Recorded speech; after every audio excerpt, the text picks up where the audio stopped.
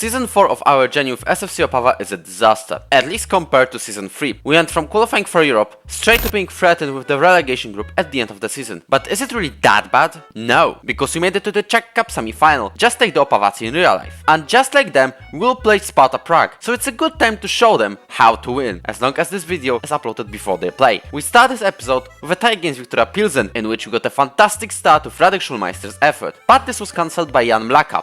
Although I wonder if there was an offside potentially. There is no potentially in the dictionary when it comes to what Jovan Mirkovic did, because he definitely got sent off. That led to a new-gen Witwitek scoring for Viktoria Pilsen and giving us another L. The same scoreline occurred against Baník Ostrava. We again took the lead, as Denis Isakovic got a fantastic pass from Anton Fisun to score. However, we then got struck by a rebound from a corner and a header. We won't talk about our performance versus Teplice though.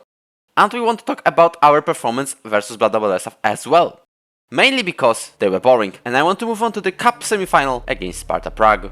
Passes to Mihailo, and I think this is an advantage of the team from Prague. Ellis. Great start. Well, if they score from this highlight, I'm changing the tactic. Don't mind if I do. And we have to make some changes. Instant. Jonathan Robert, Filip Blecha, Vladimir Bezdek, Stepan Halupek, Rostislav Valnoha.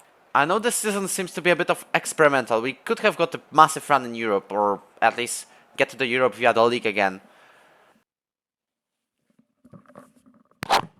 Did I actually make 5 subs? In order for one of them to being forced to being taken off the pitch.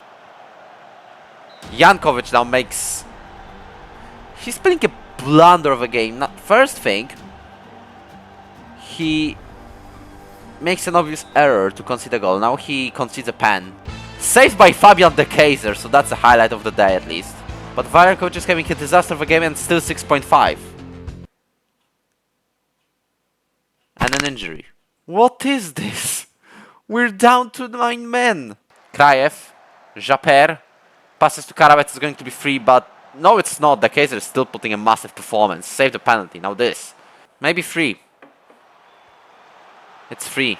And our cup run ends in the semi. And any chances of qualifying into Europe. But can we at least avoid the relegation group? Let's see. We started terribly, losing 3-0 to Slovacko. We also got terribly battered. 4-1 by Sigma Omuniet. At least Dominik Breda scored. And if you recall, he was transferred to Cartagena, right? Right. In July. We thought we will secure a playoff spot by winning over Jablonec, but I found out why we were losing this much. It was all down to the defensive tactics. For this game, I lowered the block and line of engagement. We also pressed a little bit less often, and that was working for 3 first seasons. I do not know why I made that switch in early season 4. That did give us an instant improvement to our results, as we got a draw against Bohemians Prague. But this wasn't enough. Coming to the end of the round, Teplice overtook us and we dropped to 11th, which meant the relegation group. We had a massive advantage coming into the final 5 games and we kept it. It's a season to forget. But there is one game I want you to pay attention to. With already guaranteed 11th place, I decided to give the playing time to some youngsters, including Jan Kroupa, Jakub Kolar, or a 16-year-old goalkeeper Michal Kozil. He had the chance to shine in the 21st minute. Jeremy Hilterman from Bohemians Prague stepped up for a penalty and he was expecting an easy goal. Little did he know that he was going to be stopped by Michal. Because we were playing Football Manager, Jeremy scored 2 goals at the start of the second half of course. But we didn't give up. Filip Blecha scored from a penalty and in the 98th minute, Jonathan Robert made the run into the box, made a deflected shot and equalized, giving us the point. Now let's move on to the off-pitch stuff. Starting with the youth intake. It gave us 5 elite talents. It just cannot be better. Here are their profiles if you want to have a look. I just think we are suffering from success in this field.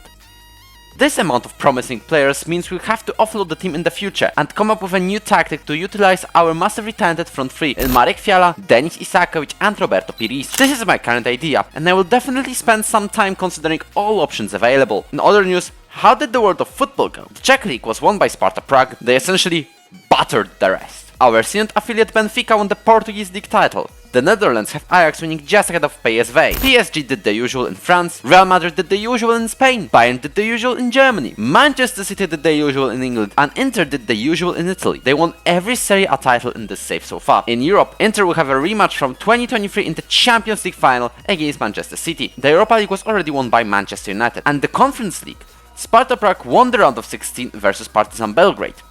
Okay, they went on to beat our FM23 club Randers FC in the quarters. Cool. They beat Panathinaikos in the semis and will be playing in the final against Napoli. I am definitely watching this. The nation of Czechia is building by itself. And speaking of building a nation, Czechia will be 17th regardless after the season. But after removing the 21-22 campaign, we jump into 14th, which is fairly solid. In short, season 5 is our big chance to step up and make sure this season was just a bit of an experiment, or accident, if you wish to say that.